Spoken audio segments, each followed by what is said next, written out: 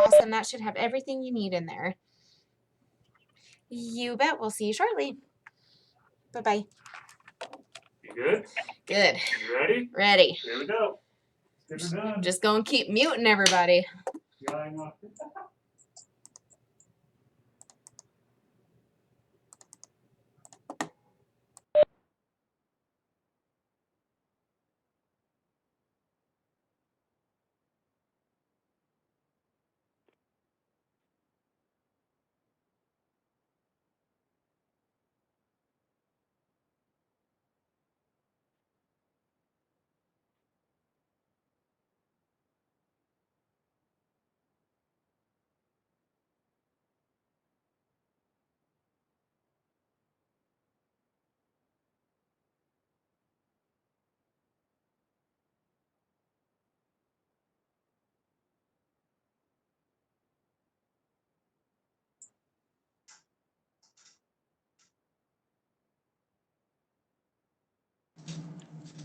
All right, good evening and welcome to this evening's presentation.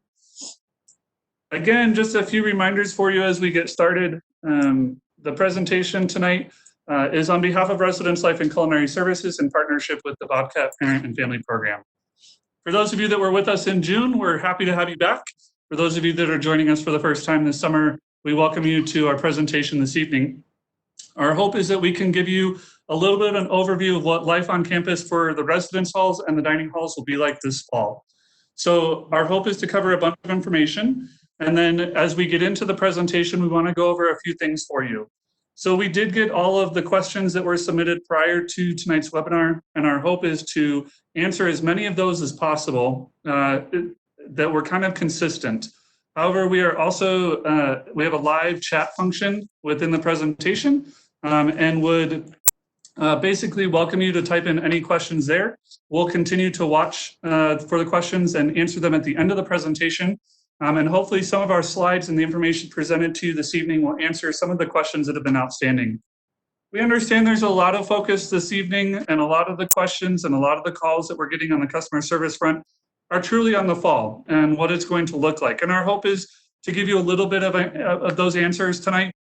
We know that we're not going to be able to accomplish every single person's question. We know that we're only going to kind of skirt basically the tip of the iceberg in terms of all of the questions that everybody has. So our hope is to do that as much as possible. However, our contact information is listed at the bottom of the screen. So if we don't answer your questions tonight, or you have more of a specific question tonight, feel free to email us and we'll make sure to get the right person your question and try to follow up with you as quickly as possible. So with that, we'll go ahead and introduce ourselves and get into the presentation this evening.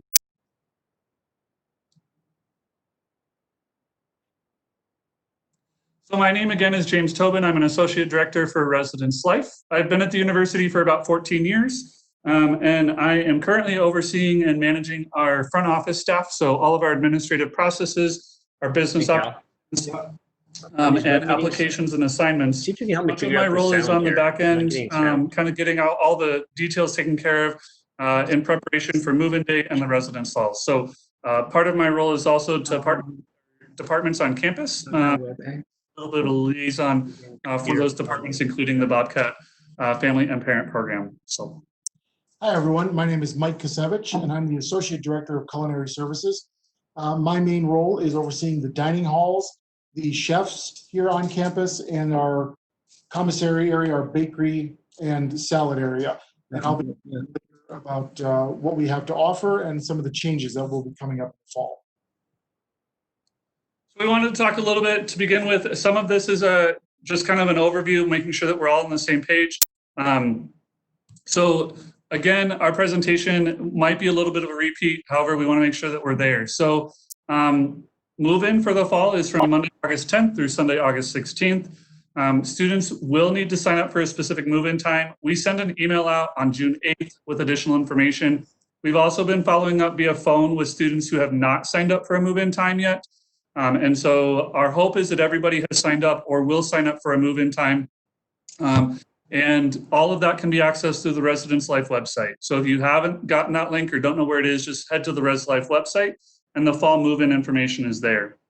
Move-in time slots have been created. We're asking students to sign up for a time slot, and it's an expectation requirement this year, just to ensure that we've got all of our students spaced out appropriately, that we're maximizing the social distancing guidelines, and that we're trying to minimize those lines as people are checking in. We are asking students to arrive our window of time for check-in. So please don't arrive early. Please don't arrive too late. We have it pretty spaced out in terms of making sure that we can adequately function and get all of students in during the 2 hours that they have to move in.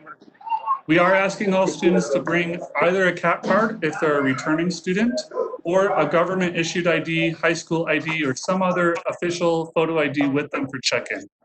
And then the last thing is, if they need to move in before Monday, August 10th, for whatever reason, they should submit that request to the housing portal, which is also accessible through the Residence Life website. Those will be reviewed on a case-by-case basis, and our staff will get back to you with the decision. Again, we talked about bringing just kind of a quick list, the CAT card or government issued ID, the parking dashboard credential. So there's a PDF download from the Residence Life website. If you are driving to campus and bringing, multiple cars, just make sure all of your cars have that credential. It does ask for name, room number, and just kind of allows us to know that you're here for me. And then just put that on your dashboard. The other thing is that we're asking people, if you have a hand cart, bring one. We will have carts available. However, the more we have, the faster things can move through the lines. Tools, there shouldn't be many tools that are needed unless you're putting together your own, pieces of furniture or bookshelves or things like that. However, if you are coming to campus with tools, we are asking if you have a rubber mallet. Our lofted beds can be raised and lowered based on the student's preference once they get here. So in order to do that, we are asking if you have a rubber mallet, bring one. We will have a handful available at the front desk, but that will help ease that. A face mask for all students and parents as they're moving in. And then again, just that patience and a smile. We're hoping that it should go smoothly for everybody, but just understand that we're trying to move in, a good number of people at the same time. And so just ask for everyone's patience as we get going for the fall semester. As far as our guidelines for this year, understanding that we are living in a little different time, we are asking each student to limit to 2 family members or guests in the building to assist with move-in. So we are trying to limit, we understand this is a very important time in this transition, excuse me, but we want to make sure that every student is limited to those 2 family members or guests so that we don't have hundreds of people in and out of our building, each hour, that we're kind of paring it down to just the people that need to be there in order to make that smooth transition happen. We are asking all students and parents to wear a face mask when in the building, as well as when they're outside and can't observe the 6 feet of social distance between individuals. Again, while you're outside or in the building, please make sure to keep that 6 feet between people, just helping to make sure that we're following those guidelines that have been set out for us. We will have hand sanitizer stations in the lobbies. However, if you have hand sanitizer, please bring that. Wash your hands, use hand sanitizer on a regular basis. And again, please try to observe the 2 hours of time, being understanding of the respectfulness of everybody trying to move in. We are asking everybody to kind of observe that 2-hour window of time. Oh, excuse me. So again, we want to kind of follow up with some shipping items. We are asking people to strongly think about shipping boxes or personal belongings to arrive after Monday, July 27th. We will secure those in the residence halls when they arrive. And that will just help ease the amount of stuff that you have to bring in your car or the number of cars or vehicles that have to be here. It will also help ease the congestion kind of getting into the building. The stuff and the items, the boxes, the packages will already be in the building. And so just trying to make sure that we limit those items. In terms of the mailing addresses, they are located on the Residence Life website. However, we've also added them here on this slide. We'll leave this up for just a minute. So if you wanted to jot that down, it is 200 or 100 in front of the hall name, and then room number listed after that. For those in the quads, it is 100 quad, and then A, B, C, D, E, or F, and then the room number they've been assigned. For the Res Life apartments, for any returning students, it is the building number, so 101 through 111, and then the apartment letter at the end of that. So we'll leave this up for a few seconds if you want to jot down the mailing address. for those shipping packages, as well as if you're shipping any mail to your student after the semester has started.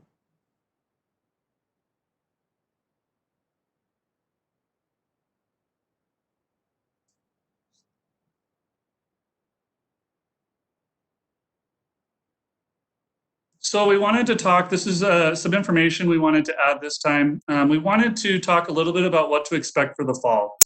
And we're going to go through some details in terms of some decisions that have been made and kind of the environment that we are starting to kind of see and frame out.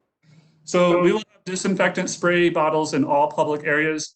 That will be a disinfectant spray bottle with rags. That will be all laundry rooms, bathrooms, conference rooms, study rooms. Anything that is used by multiple people will have a disinfectant spray bottle. We are asking students to use those before they sit down and use that space, and then after they're done using that space. That will help everybody just make sure that all of our surfaces are sprayed down and cleaned as much as possible.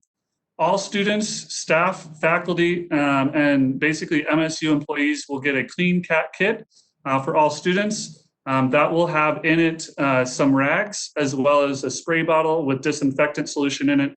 It will also have hand sanitizer in it, and it will also come with a face mask. So all of those will be in the rooms when students arrive.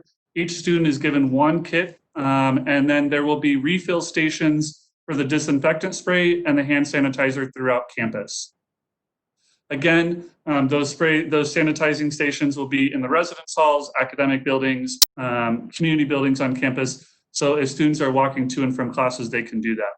We'll also be adding additional bathroom cleaning by professional custodians multiple times throughout the day. They'll be using industry standard chemicals. They'll be using what's been recommended for all of our bathroom surfaces, whether that's showers, toilets, sinks, floors, walls, etc. So they'll be using all of those chemicals on the walls and in the bathrooms 2 to 3 times per day.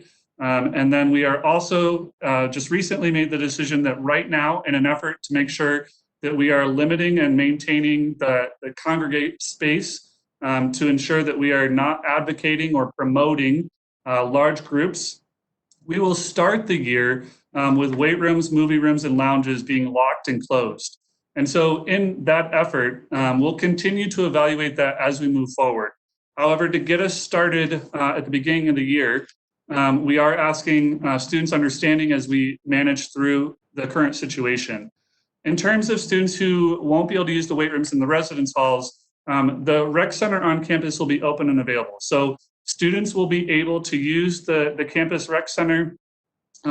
There will be, the discussion about lounges and movie rooms and study rooms and things like that.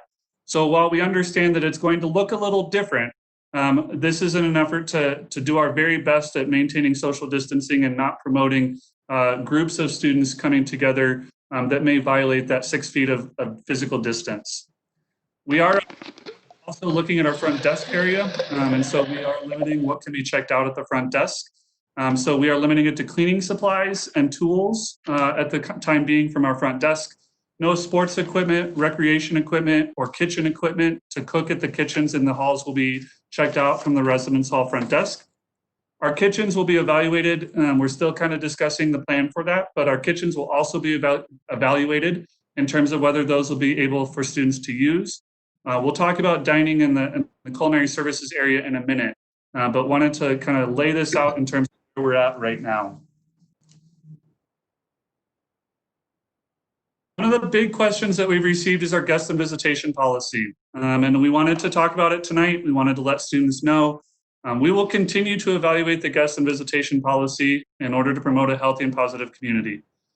We may impose further restrictions on guests pursuant to federal, state, and local directives. We might have to do something different. However, right now, entering the fall semester, this is where we're at. Students within the same residence hall community may visit other rooms. So as an example, students who live in North Hedges on the 5th floor could visit students in North Hedges on the 6th floor, but would not be able to visit students in South Hedges. So you can visit other people within the same residence hall community that you're in. We are limiting it to 4 people per room, visiting, hanging out, socializing. We feel that 4 people is enough, a maximum number, in order to maintain the distance between people. And so we are wanting to allow people to socialize, but we are wanting to be very limited in that. In semi-suites in Yellowstone, in the quads, in Headwaters, in our suite style, and in our residence life apartments, we are limiting it to only 1 additional non-contracted individual may be in the unit. So what that means is if you have 4 people in a semi-suite in Yellowstone in 2 double rooms, you can only have 1 additional person in that semi-suite that is also living in Yellowstone. So just know that we're trying to be pretty restrictive with that right now, just in terms of making sure that a lot of this is done in terms of making sure that we know who may or may not be in the building. If we ever have to do contact tracing, if we ever have to know who is around a building, a room or a floor, this will help limit some of that. We are asking for no gatherings in the hallways or other high traffic areas. Guests may not enter the residence hall rooms or floor communities, and we are limiting to no overnight guests in the residence halls at all. So we understand that this is the first time for many of you hearing this, because we're releasing this and kind of getting our handbook policies updated, but wanted to announce tonight kind of where we're at with our guest and visitation policy. We are finalizing the handbook, and it should be posted on our website by the end of the week. It will have this policy as well as all of the rest of the policies for the residence halls by the end of the week on our Residence Life website. We've also received a lot of questions in terms of how we're managing the quarantine and isolation if students have to move to quarantine or isolation. So we wanted to cover it tonight and make sure that you understood kind of where we're at. If a student is being tested for COVID and waiting on results, if they are considered a close contact of someone who is tested positive, or if they have tested positive, they will be moved from their residence hall room to what is considered quarantine housing, which we've isolated and identified on campus. So they will be on campus. However, they will need to move out of their residence hall room and move over to this other designated housing area on campus. We have identified that. We are limiting that in terms of just making sure that we're following our county health department rules, the CDC guidelines, and our staff on campus that have given us the guidance on how to manage our quarantine space. We will provide 3 meals for each student that is in quarantine or isolation space: breakfast, lunch, and dinner. Those will be delivered to their unit.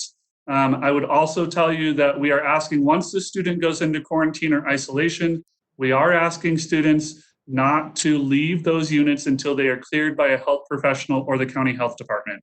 So please know that we are asking students that go in there to take items with them from their room to basically last the duration of their quarantine.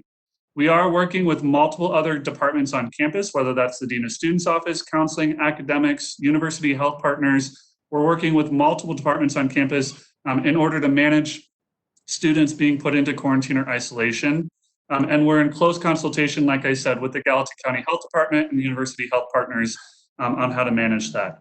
Wanted to also just highlight that the difference between quarantine and isolation is that quarantine space is being used for students who are waiting on test results or are considered a close contact without symptoms and without a positive test result that needs to quarantine. When we talk about isolation space, it is for students who have tested positive for COVID. So that's just kind of the difference in our definitions and our terminology on campus. Again, we know that this can kind of be a little bit overwhelming and maybe a little bit anxiety driven. Unfortunately, based on the time we're in, we feel like we have, identified a space and a protocol with all of our partners on campus in order to manage this, and feel like through some of the spring semester and through kind of some discussions and planning with our campus partners that we have a plan that will work in order to keep our students quarantined or isolated. Again, with the masks, we are asking students to wear masks on campus. We feel like that is our greatest opportunity to limit the spread right now on campus within close housing contacts. And so that's why all students will be given a mask or 2 on campus. And so the more conversations our students can have about just making sure that we're all doing our part to stay on campus for the fall semester, we're all working together as Bobcats. Our hope is that through some multiple efforts on campus that we can basically have students be given the best experience possible. So a couple of questions that came in through the registration. Can parents and family members help their students move in? Yes, like we talked about, 2 family members or guests in the building to help them move in, limiting the move-in time to 2 hours, really trying to help make sure that we're allowing everybody the opportunity to have their full 2 hours to move in. And then will there be volunteers to help move in? We do have limited volunteers this year, helping families move in when they arrive. All of our volunteers will be outside of the residence halls. We are limiting no volunteers into the residence halls, so they'll be greeting families on the curb, passing out carts, answering questions, really kind of helping students understand, if they have any questions about directions or where to go. Res Life staff, students, and again, the 2 family members or guests will be allowed in the buildings at that point in time. So again, limited volunteers, but feel free to bring other family members that want to come and partake.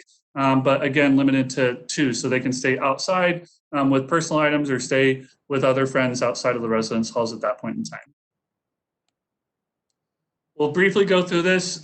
We showed this. This is also on our website. So what to bring, these are kind of the primary things that we would encourage students to bring for their room. Remember, you're moving in at the beginning of August. None of our residence halls have air conditioning in the residence hall rooms. So that fan that you bring to put it in the window to kind of keep the air moving, really encourage that right now. And then just kind of limiting the items that you bring just for the necessities, not to overcrowd a room, knowing that you have limited space, sharing it with 1 or 2 other people in that space as well.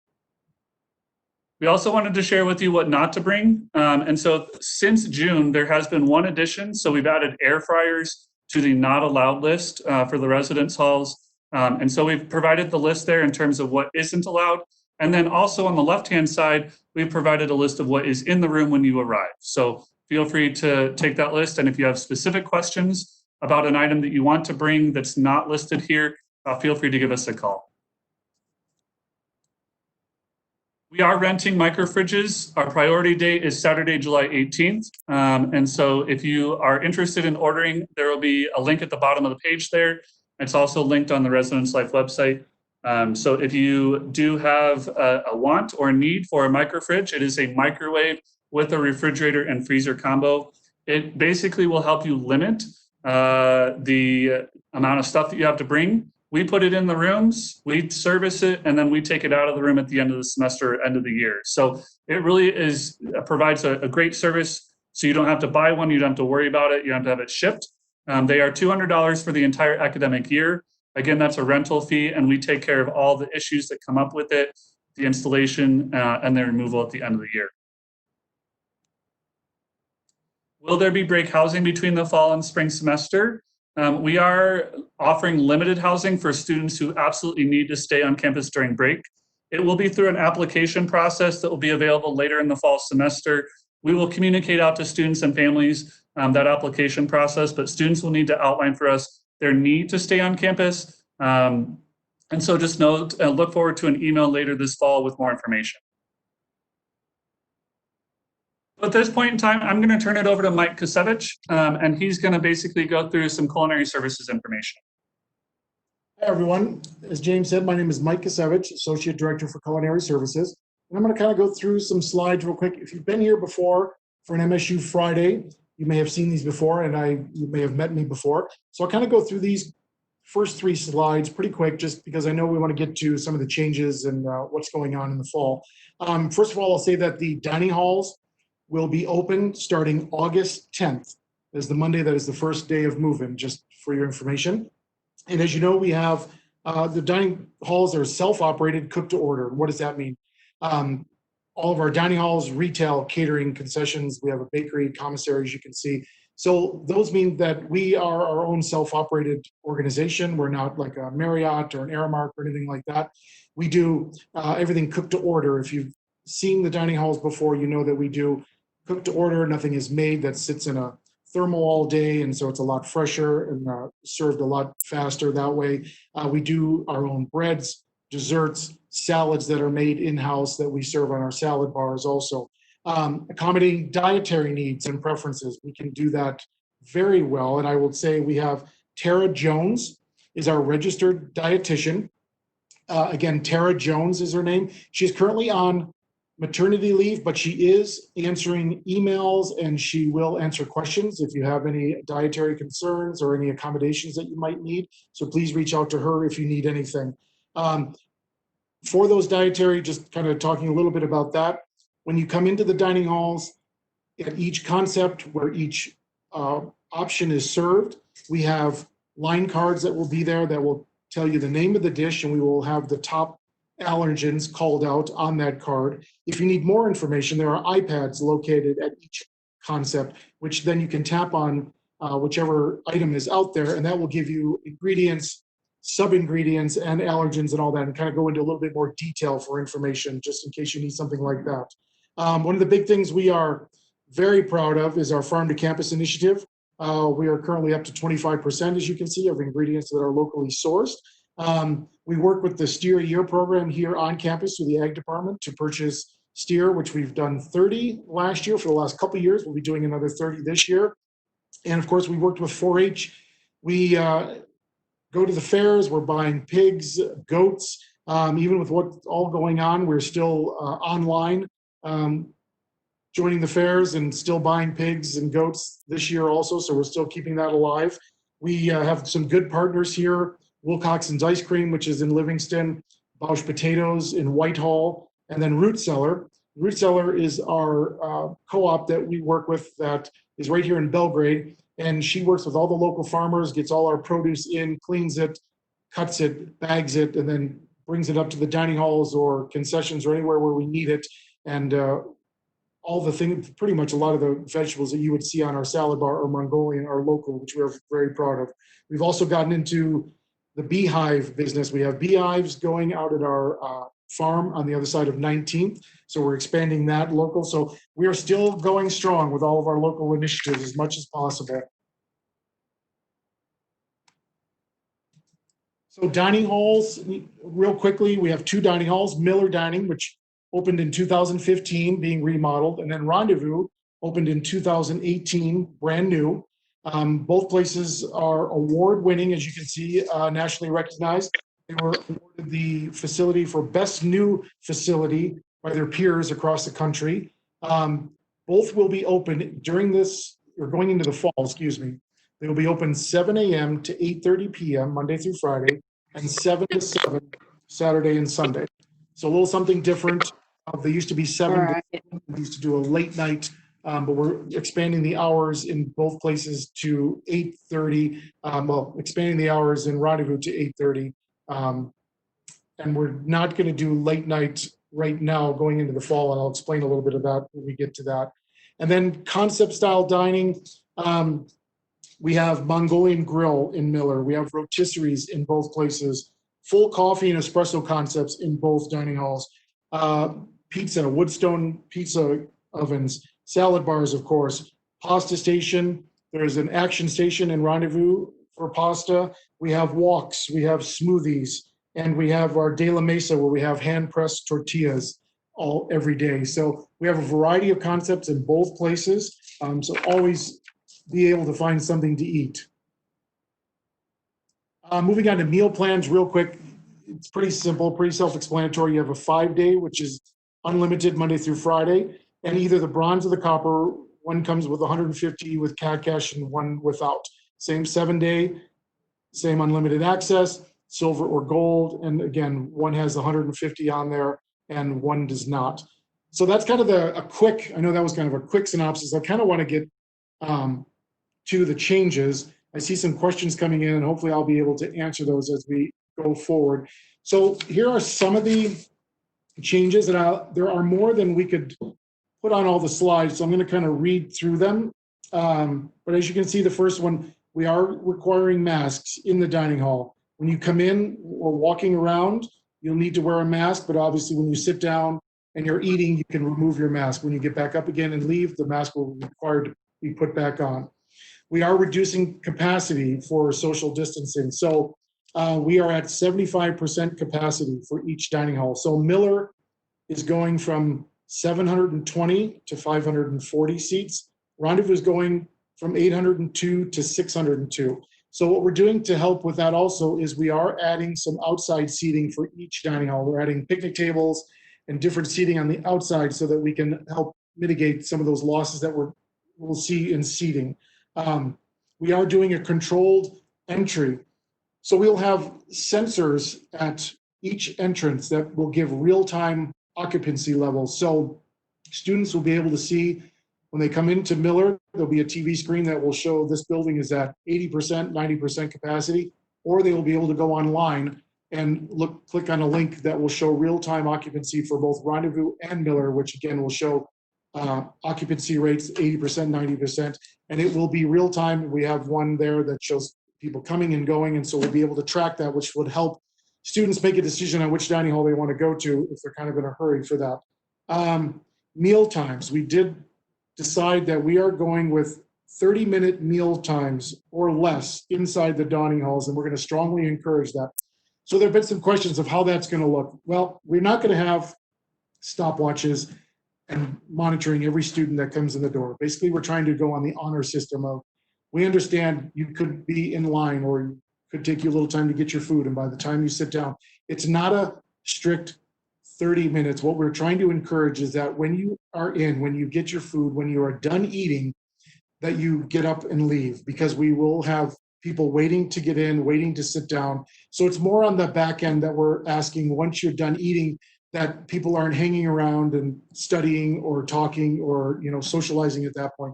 It is more of a eat and get out scenario this fall. And I know that's kind of different from what we've been trying to promote for years, but it's just kind of the times we're in right now. We will have specified entry and exit points. So Miller North will be the entrance into Miller, and South will be the exit. So one way in, one way out for Miller. And then at Rendezvous, the entrance will be off of Harrison Street. If you are familiar with Rendezvous, it's where the staircase comes up to the doors off of Harrison Street. That will be the entrance in. And then when you leave, you will go out to the south and head up the hill towards Spirit. So that will be the directional that we're doing for each dining hall. There will be floor markers in the dining halls, cat paws actually on the floor, 6 feet apart, just for visual recognition of what that social distancing should look like. We've adjusted spacing between the tables and limited number of chairs. We've eliminated buffet style, so everything will be served.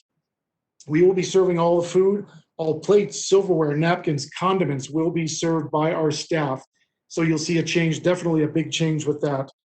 We are offering some grab and go options at the sub. That's where we're gonna offer some more grab and go options at our sub retail locations, if that's something that if you're interested in something like that. Whoops, sorry, I'm gonna go back. That's all we could fit on, but I'm gonna keep going. So I did talk about the hours. I just want to add on to, so lunch will now be 11 a.m. to 3 p.m. Dinner is going to be 4:30 to 8:30. And so I want to also encourage everyone, there may be some lines in each facility with what we're doing with the changes. So I would encourage students to come at off-peak meal times if possible to try and avoid some of those rushes. We have already installed plexiglass at all the cashier stations. So when you walk up to the cashier, we have moved the CAT card swipe to the outside of the plexiglass. So students will come up, swipe their own card. Their picture then will show up on an iPad on the other side of the plexiglass that the cashier can then verify that it is them and it is their card. So we've changed that. The credit card machines are moved out, so a lot more touchless interaction with the cashiers for that. And then of course, hand sanitizers. We have 5 currently in each location, and also we will have a refill station, I think James talked about, for sanitizer and disinfectant in each of the dining halls. Also, if they need to refill what they get from their clean cat kits, excuse me. And then just general cleaning, tables, chairs, surfaces, drink stations, all those kind of things. We are proposing a schedule of roughly every 30 minutes of having people going around and wiping everything down as often as possible. And of course, our staff will be in masks all the time, and we will have gloves. And so we will be following our protocols as necessary through all of this too. So that kind of talks real quickly about some of the changes and some of the things. I see some questions that have come in that I guess we can answer. So I see one that asks if we have a kosher menu. We do not right now have a strictly kosher menu, but we are able to work with students on, if you have needs like that, we can get kosher foods in, but we do not currently just serve them on any of the concepts right now. If you want to upgrade a meal plan, you can get in touch with Residence Life and they can help you with that to change your meal plans if you want to upgrade. Question is, can students bring in reusable containers to take their food and eat elsewhere? No, you cannot bring in reusable containers. And the other thing that is different, water bottles, you will not be able to bring water bottles into the dining halls to refill at the drink stations. The drink stations are one-time fill only. If you come back up, you need to grab a new glass, and we're not allowed to let water bottles be refilled. There are water refilling stations in each of the north and south outside of Miller, and Rendezvous has a water bottle refill station in the lobby, right going towards 111, which is the little retail shop there in the lobby there, so you can refill there. And a question about grab-and-go meals, are they a part of the meal plan? No, they are not a part of the meal plan. They're just another option. We are really hoping that with outdoor seating and getting students to come at off-peak times, that we will be able to mitigate the changes that we've had to make in seating. But I will say that everything is on the board at this point, and we're looking at all options, and things could change as we go forward. So I would just say, though, that right now, no, they are not part of the meal plan. And you were asking, there's another question about guest diners allowed. We do not have guest meal passes on the meal plans currently. Yes, you could bring a guest in if you wanted to pay for them on your Cat Cash or something like that, but there aren't guest passes on your meal plans. So I hope that answered most of the questions that I've seen come in so far for dining halls. I'll turn it back over to James. I see that there are a couple other questions for him. Yeah, so we have a couple slides to get through real quick, just as a summary and kind of wrap up here. So again, there was some questions about what are the dimensions of the room or furniture in the room. And we understand that not every measurement is available. All of our rooms, all of our buildings are just a little bit different. So if you are looking for dimensions, sometimes we'll use average dimensions of the room or the furniture. Just email us and tell us what you're looking for, and we'll do our very best. We might be giving you some general framework, but just know that we don't list all of it on our website because some of our buildings are just a little bit different across the board. So feel free to email us with those questions if you have them. We wanted to highlight a Come Work With Us campaign that we started a year or two ago. If you are interested in working on campus, Residence Life, Culinary Services, Event Services, and Family and Graduate Housing, we are all looking for students to work for us this fall. You can go to the website at the bottom. We flexible schedules. We work around the class schedules. We allow you to move in early for free. Each job comes with a little different pay scale in terms of what you're looking for and in terms of the experience, but great opportunity for resume building, great opportunity for just some extra cash in the pocket, for activities, events, things to do outside of the residence halls or off campus. So definitely, if you are looking for a job to help pay for school, to help pay for supplies, books, whatever, please go to the website and let us know you're interested. You can pick the job that you're interested in, let us know, and we'll reach out to you with an application and or other requirements for getting you signed up. We've also gotten a lot of questions about the parking pass, and so wanted to kind of outline for you that the parking passes go on sale Saturday, August 1st. It is online only, so more information can be found at the link or the website that's listed on the page. But if you're interested in more of that information, please go to that website or reach out to Parking Services. And then we'll answer some questions here to wrap up, and I'm kind of waiting on some information right now, so I'll have some information to share in terms of some latest information from our communications department before the end of the webinar is up at 6. So please stay with us, kind of waiting, getting information as we speak. So, but if you have questions specific to your housing assignment, please just reach out to us. Our contact information is listed and our hours of operation are there as well. So a couple of questions that have come in, wanted to address CAT cards. CAT cards are going to be passed out at the front desk. And so if you have not uploaded a photo to the CAT card website, please go through the CAT card website and get the GET app, just literally GET.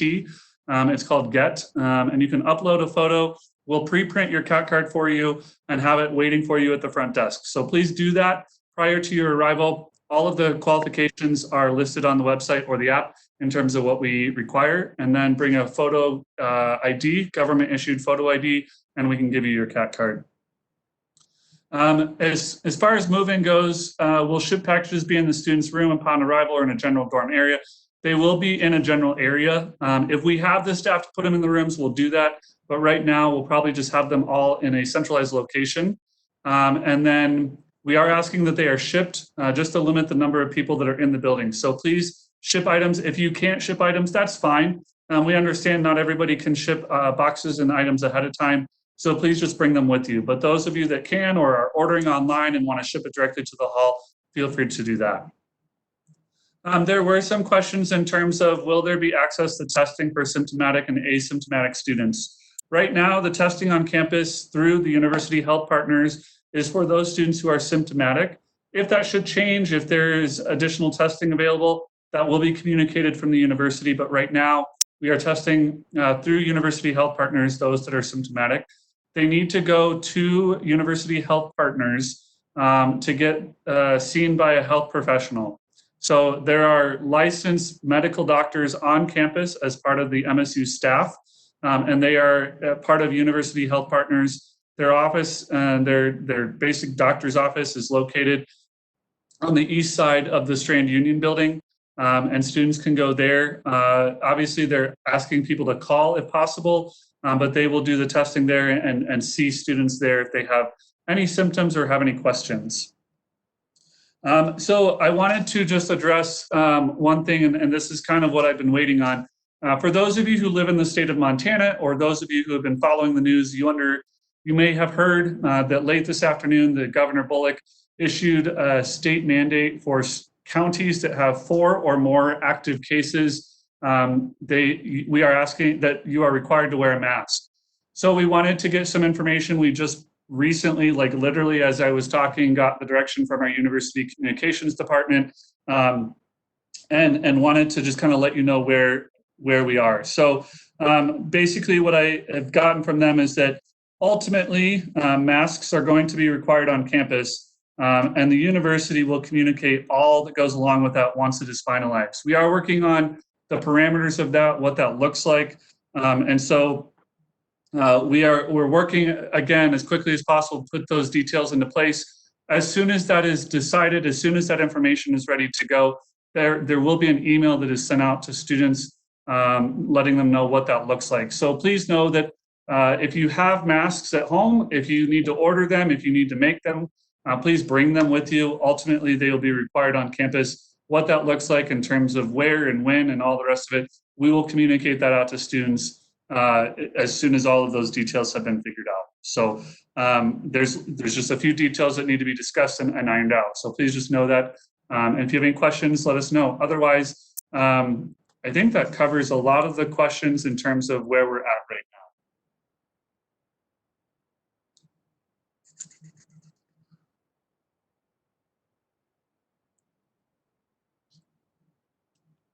Yeah, so I think those are most of the questions. Let me just see if there's anything else here.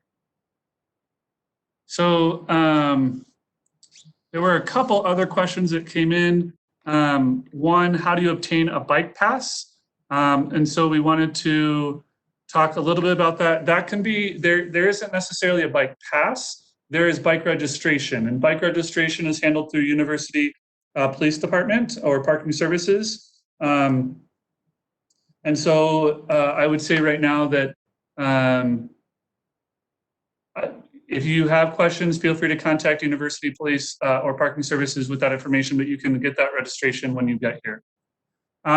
Will handbooks be available to students with all of this information?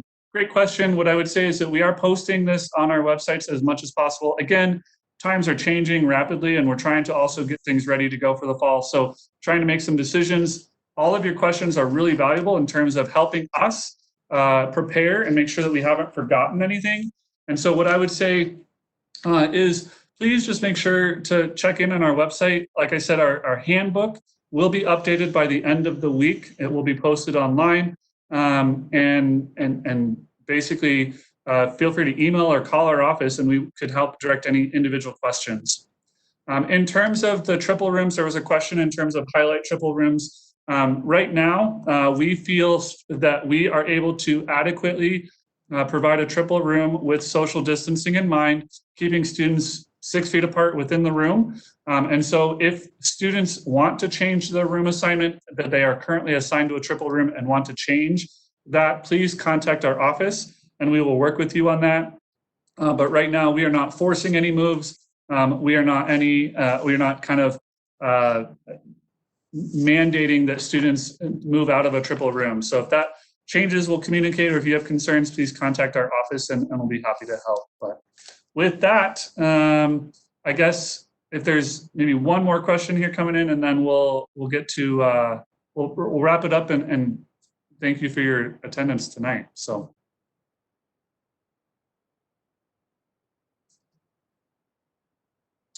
the question is just start date for the dining halls in terms of when meal plans will start, when they can start eating in the dining halls. So just to reiterate that, so the dining hall meal plans will start August 10th, which is also the first day of move-in.